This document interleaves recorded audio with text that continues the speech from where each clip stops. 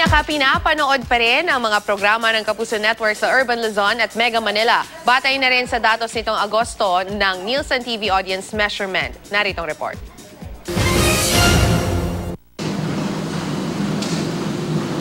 Patuloy ang pangunguna ng GMA Network sa Urban Luzon at Mega Manila base sa datos ng Nielsen TV Audience Measurement nitong Agosto.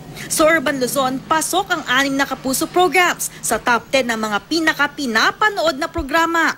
Nangunguna rito ang primetime telefantasya na Encantadia, kasunod ang Magpakailanman, Kapuso Mo Jessica Soho, Descendants of the Sun, Pepito Manaloto at 24 Oras. Sa Mega Manila, 21 sa top 30 programs ang mula sa Kapuso Network. 8 Kapuso programs ang nasa top 10. Nangunguna rin ang Encantadia.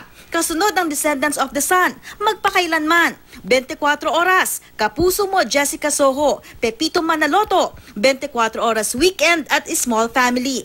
Sa buong bansa, sa Urban Luzon matatagpuan ang 77% ng lahat ng Urban TV households. 60% naman ng lahat ng Urban TV households ang matatagpuan sa Mega Manila. Mas malawak ang sakop na 3,500 sample size ng Nielsen TV Audience Measurement kumpara sa Kantar Media na may 2,610 lang. Pinakamarami din ang 31 kumpanyang subscribers ng Nielsen. Para sa unang balita, Lay Alves reporting.